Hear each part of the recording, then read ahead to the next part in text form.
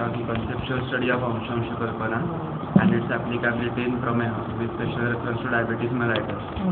तर त्याच्यावरती कॉलेजमध्ये प्रेझेंटेशन झालं तेव्हा त्याच्यावरती बराच हे झाला की प्रमेय म्हणायचं का मधुमेह म्हणायचं.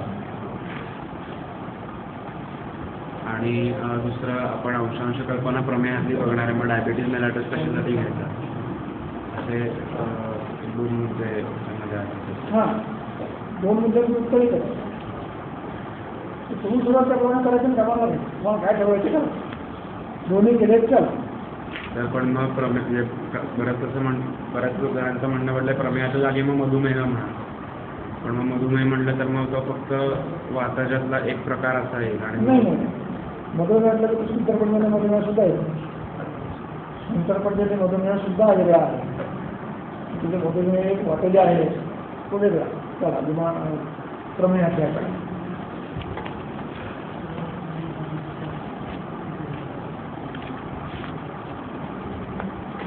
चिकित्सा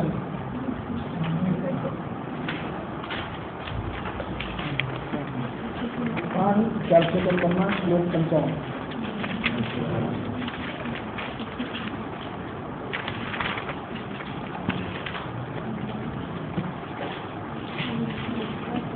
दृष्ट्वा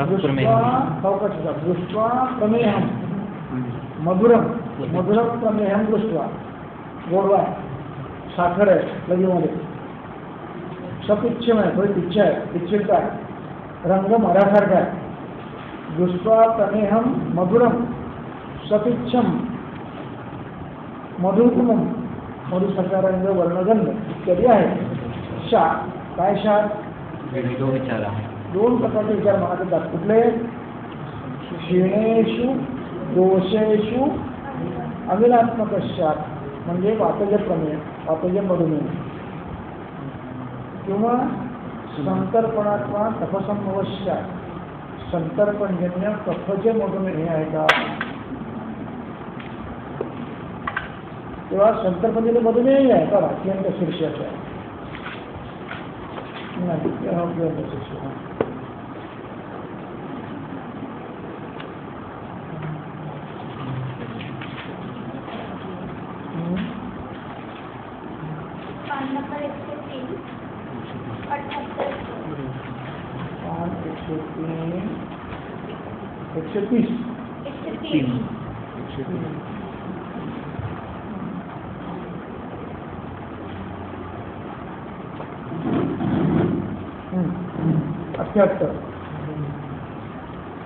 गुरु स्निग्ध अम्ल लवण मात्रम अत्यसमश्यतां नवम अन्नम च पानं च निद्रा अस्य सुखानि त्यक्तव्यायामः त्यक्तचिन्ता संशोधनम अपूर्वता श्लेष्मात् पित्तं च मेदश्च मांसं च अतिप्रवर्तते. तैहि अवृतगति वायुः ओजो आदाय गच्छति यदा वस्ती तदा मुखृच्छो मधुमेह प्रवर्तते. हा संतर्पणजन्य मधुमेह आहे. म्हणजे आमच्याकडे येणारा मधुमेह हा सगळा संतर्पणजन्य प्रायः 90-99%. तेव्हा मधुमेहामध्ये काय फरक पडत नाही, प्रमेयामध्ये काही फरक पडत नाही. अभ्यास तुम्हाला अंशांश कल्पनेचा करायचा आहे ना, काय नाही. संतर्पणजन्य मधुमेह म्हणा, संतर्पणजन्य मधुमेह म्हणा, काही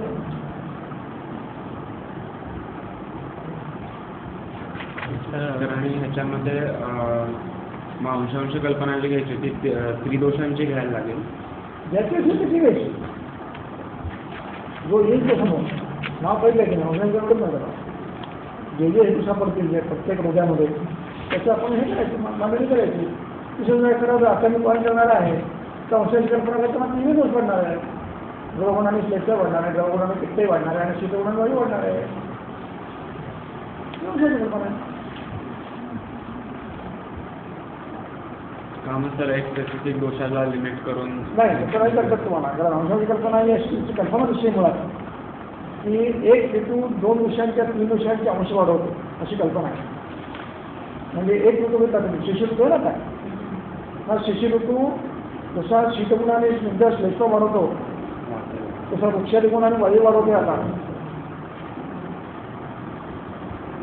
तर एक हेतू एक दोष वाढवत नाही, तो तिन्ही वाढवतो, दोन्ही वाढवतो, अंशादी कल्पनेत काही वाढवतो. क्षयात्मक वृद्धिशुद्ध क्षयात्मक हे सुद्धा प्रकोप आहे. एखाद्याचा क्षय करीत श्लेष्मा क्षय करीत, म्हणजे श्लेष्मा ग्रीष्म ऋतूमध्ये पित्त प्रकोप उष्ण गुणाने आहे, वात प्रकोप वृक्षादी गुणाने आहे आणि श्लेष्मा क्षय पिंगाळी गुणाने. हा प्रकोप आहे, हे दोष प्रकोप आहे, स्वतंत्र आहे.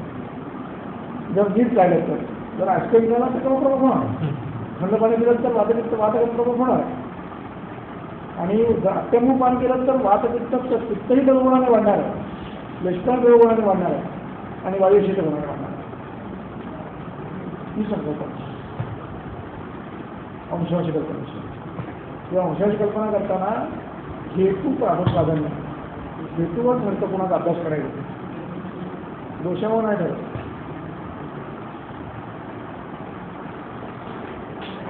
तर मग प्रमेयाच्या जागी जर दुसरा व्याधी घ्यायचा झाला तर आम्ही काय म्हणणं आहे, तुम्ही एक गोष्ट करा, तुमचा विषय संहिता आहे का, मग तुम्ही दोषांच्या अंशाच्या कल्पनेचा अभ्यास 50 रोग म्हणून थोडं 50 रोगांमध्ये अंशाच्या कल्पनेची मांडणी करणार. विविध रोगांमध्ये व्याधी कुठला विषय कुठलाही घ्यायचा? कुठलाही काही असेल, कुठले 50 रुग्णामध्ये मी अंशाच्या कल्पनेचा अभ्यास करणार आहे. ते कुठलेही असो. कुठले असेल सोपं आहे का, उपयोगाला बसते की प्रत्येक विषयाची औषध कल्पना करायची, कारण प्रत्येकाला आवश्यक आहे ना, ते प्रमेयाला आवश्यक आहे. अंशाची कल्पना फक्त प्रमेयाची करायची का, सगळ्यांनीच करायची आहे. किंवा 100 लिहा, 200 लिहा, 300 लिहा, 300% तुम्ही अंशाची कल्पना करणार आहे. आणि अंशाची कल्पना करताना त्याचे हेतुबंध करून परिणाम बघणार, तो शक्य होतो पण.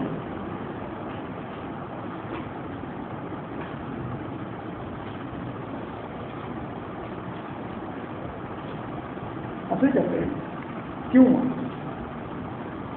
कुठला तरी एक हेतू घ्यायचा, त्यातून शरीरात दिसणाऱ्या अंशाची कल्पना करायची. एक हेतू अत्यंत दिवाश्वास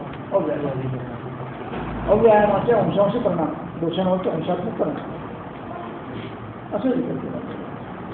अव्यायाम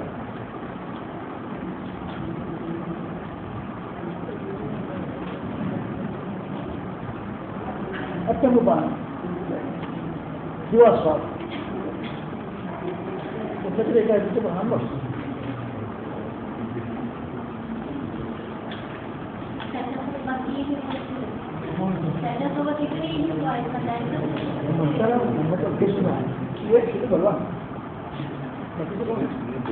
प्रायशः बाकी घेतो नाही, एक हेतू बरोबर दिसतोय, एक अभ्यास करायचा असं करता येईल. पण हे सगळं त्याचं अवघड आहे. कमिटी बसते ना, त्या कमिटीला त्याचं अवघड आहे. पण ना रेटा भेटून नाही आक्रमक व्हायचं थोडंसं, शास्त्र वचन म्हणून सांगा चांगल्या कामाला आक्रमक राहत नाही, पण विथ रिस्पेक्ट तुम्ही ग्रंथ मानतात किंवा अभ्यासा योगदावा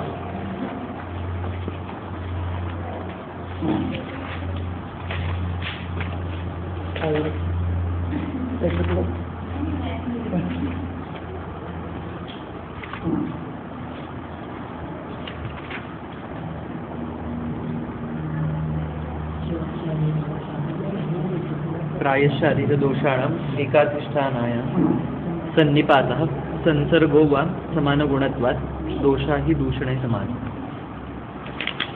समान गुणत्वात एक हेतू असतो, तो दोषांच्या वेगवेगळ्या गुणांशी समान असतो. म्हणजे ज्या गुणांशी समान असेल तो गुण वाढणार आहे.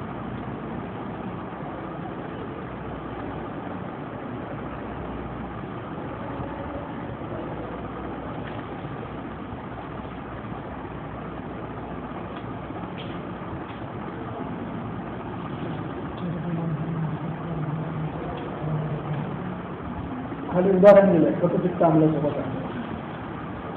कटुपित्त आम्लाचं वर्णन यथा केलंय. हि अम्लं लवणं कटु च पित्तकरं तत्राम्लं स कफं पित्तं करोति आम्लं सकफं पित्तं करोति.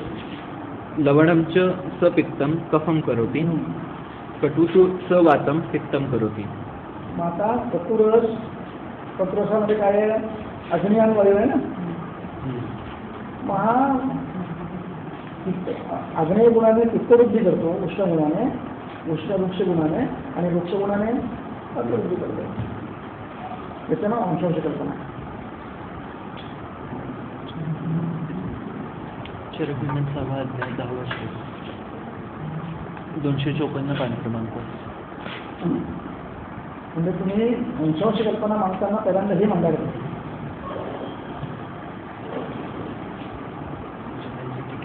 आणि मग अंशांश कल्पना होतं म्हणजे काय होते? एक हेतू अनेक दोषांना समान गुणाने त्या गुणांना वाढवतो. म्हणजे याचा पण अभ्यास करायचा आहे. पेशंट कुठला याचं हेतू हे एक का बघणार. मग हेतू कुठले? आणि एक की आम्ही कटुरच घेतो, लवंडच घेतो, किंवा मधुरच घेतो. मग मधुरच गुणाचं काय म्हणणार आहे? तो मधुर गुणाने द्रव गुणाने पित्त वाढवणार, द्रव गुणाने लेशन वाढवणार आहे. याचा नाव अंशांश कल्पना. अंशांश कल्पनाच्या लोकांची कल्पना किती विचित्र आहेत बघा. एका प्राध्यापकाने पुस्तक दिलं आहे, नाव नाही सांगितलं. अंशांश कल्पना म्हणजे काय? की वायू प्राणवायू वाढलाय, तिथून प्रकट झालाय, प्राणाबरोबर समान झालाय, ही अंशांश कल्पना. पाचक पित्त दुष्ट झालं, पाचक पित्ताबरोबर भाजक पित्त, ही अंशांश कल्पना. ही अपेक्षित नाही, ती गुणात्मक कर्मात्मक.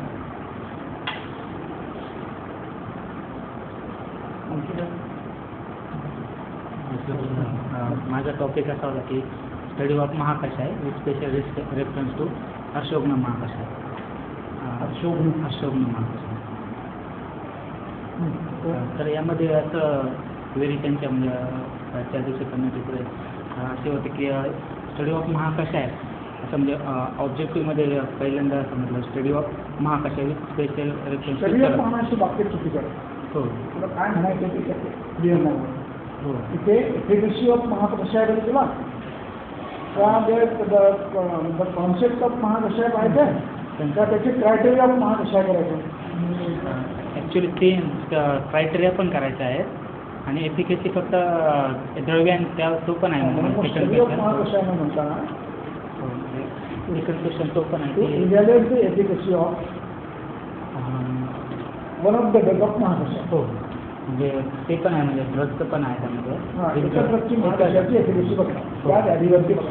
तर यामध्ये म्हणजे जे ऑब्जेक्टिव्ह असणार आहे ते असं त्यांचं म्हणणं होतं की त्यामध्ये सगळ्याच महाकाशाचे हे करावं लागणार की म्हणजे जर ऑब्जेक्टिव्ह माझा असा असेल की महाकाश स्टडी तर 50 महाकशा करावं लागेल. करावे लागेल. अशोकनाची वर्षावर ना काही औषधांवर अभ्यास करायचा की महाकशाचा कन्सेप्ट आणि म्हणून काय करायचं की मुळात हे करताना study of efficacy of one of the महाकशा in study of the efficacy of one of the महाकशा अशोकने महाकशा एका द्रव्याचा अभ्यास करायचा. हो त्यामध्ये मग त्यानंतर मी पहिल्यांदा तर असं केलं होतं की कम्पॅरेटिव्ह म्हणजे बिलवा घेतलेलं एक महाकाशा होतं आणि दुसरं नाट्यसर होतं ते प्रॉपर्टी. दोन घे ना मग त्यातले दोन घे ना. हो त्यामध्ये मग आधी असं ठरलं की मग हे दोन बरोबर आहे ना. ते दोन एफिशियंट आहे एफिशियंट लोकांची पेमेंट करायची मला एक करा एक कम आहे. एक काम करतो एक काम नाही करत अवस्था बदलली आहे.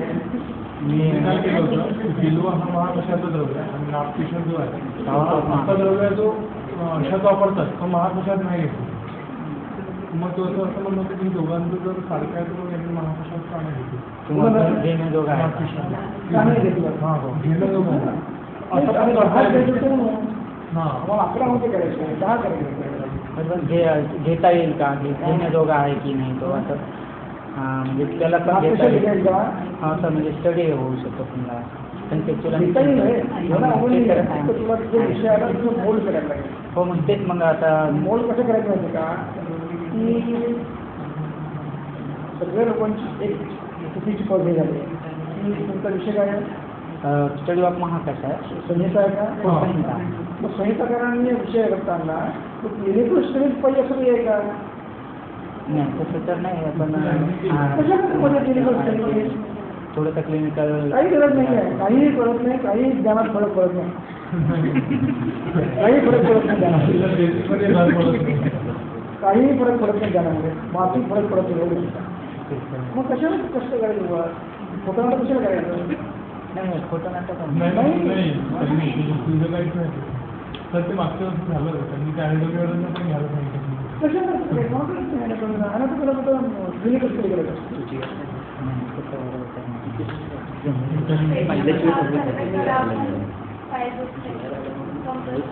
मला नाही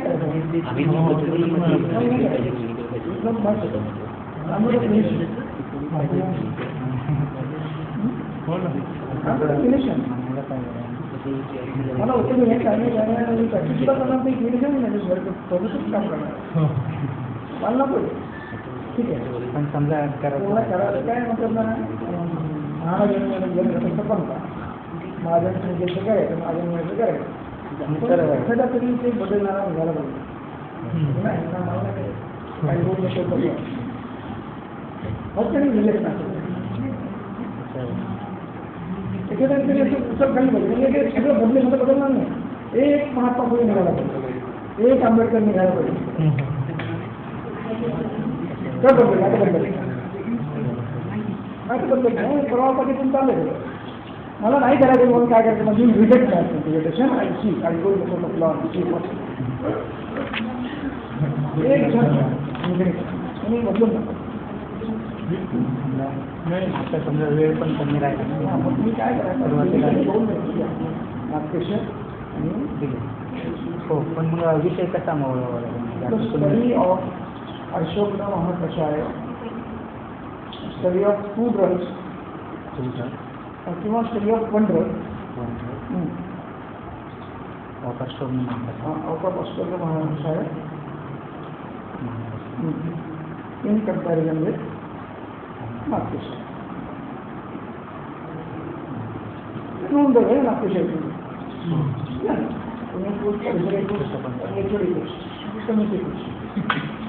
म्हणजे हा तर संहितेमध्ये खरा हो हो नाही होत सगळं पण असं येतो. मला हा अभ्यास करायचा आहे की याला तुम्ही माझ्या महाकषायाला अशोकनं का म्हणाला त्याचा पहिल्यांदा क्रायटेरिया लावणार आहे आणि तो क्रायटेरिया त्याला कशाला लागतो का ते पाहणार आहे. तसंच म्हणजे माझा एम पहिला हा राहणार आहे की अशोकनं महाकषाय निवडायचा निकष काय होता.